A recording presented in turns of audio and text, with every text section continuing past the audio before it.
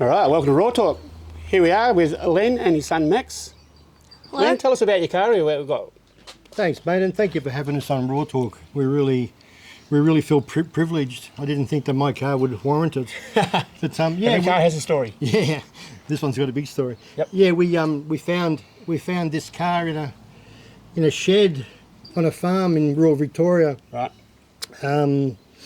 It's been sitting in the shed for 20 years. It's a 1978 second generation Camaro, which was very, very sad when we found it, but we fixed it up, or we're nearly finished fixing it up. Had a lot of rust, just doing the interior as well. And Yep, that's where you're up to at the moment. But because the floor was good, Yep. we bought it and we put a lot of time, and we've had it for a year and it's still not finished. Excellent. And what do you think, Max?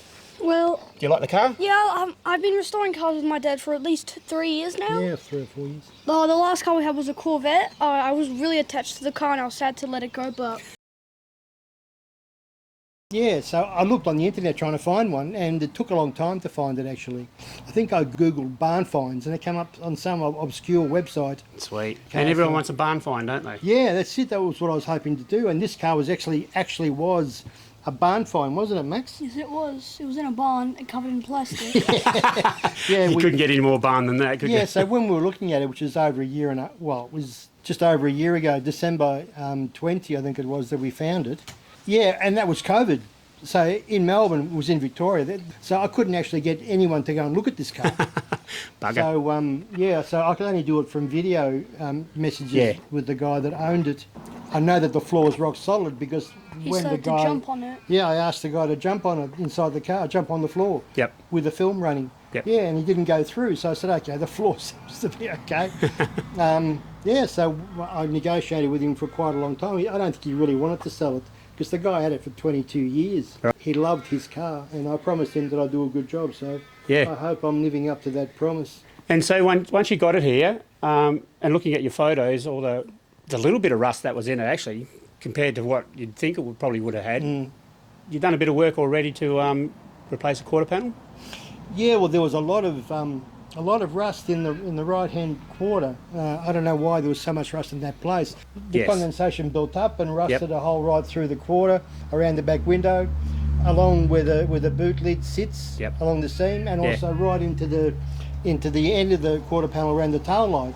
So basically, very fortunately, 90% of the rust in the car was confined to the quarter panel. Yes. So we cut the quarter panel off and replaced it.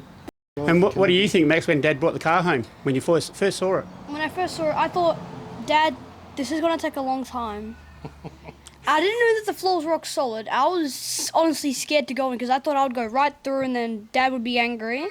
Yeah. Because apart from the floor, I don't think there's one part of this car we haven't fixed. Yeah, right. Even right down to the actual brake lines. Well, actually, I needed to fix the master cylinders and the slave cylinders, but when I was undoing the brake lines, they were so rusted that by turning the flange nut, it actually twisted the pipes, and I had to replace the pipes because they broke. Created one job for another. Yeah, so one job created another job. Yeah. So all of the brake pads, the brake linings, the calipers, the back wheel when we first got the car didn't turn, so we had to rip with a pulley. We had to actually pull it off and destroyed all the brakes on one side. And that's where Max has learnt a lot about brakes then. Yeah, Max loved doing the brakes, didn't you, Max? Yes, but there's one rule in this house: we do not speak of the word drum or brakes. Particularly trying to put the little springs back on that hold the pads in place. They were fun, weren't they, Max? Yeah. So you're learning a fair bit about the cars then, Max? Yes. The starter motor, you remember that? They're heavy, aren't they? Yeah. The original one was broken, but it was 3 tons. Yep. Huge. Yep. And we got a smaller one that was light it had and more cheaper. torque and half the weight. I got the motor started, we changed the carby. I got the motor running. 5 minutes after it ran, it blew both head gaskets blew. So everything that was in water and oil on the ground. Come out. I was undoing the head bolts, sitting on top of the radiator, using my feet, and I broke a socket doing it. So where are you at now? All the rust is done? Yes. In the floor of the boot, where there's a low and where the spare wheel sits, there's rust there which can be cut out and a plate welded in. Quite simple job actually. And tyres and rims? Rims are original. The tyres I had to buy new. There was only one tyre that I could find to fit these 14-inch wheels. And the interior, keeping it black? Yeah, I'm keeping everything black. It's how it was originally. Yep. The seats I'm getting repaired from my good friend Mark at Canning Motor Trimmers. Copper the design, but in leather. Yeah.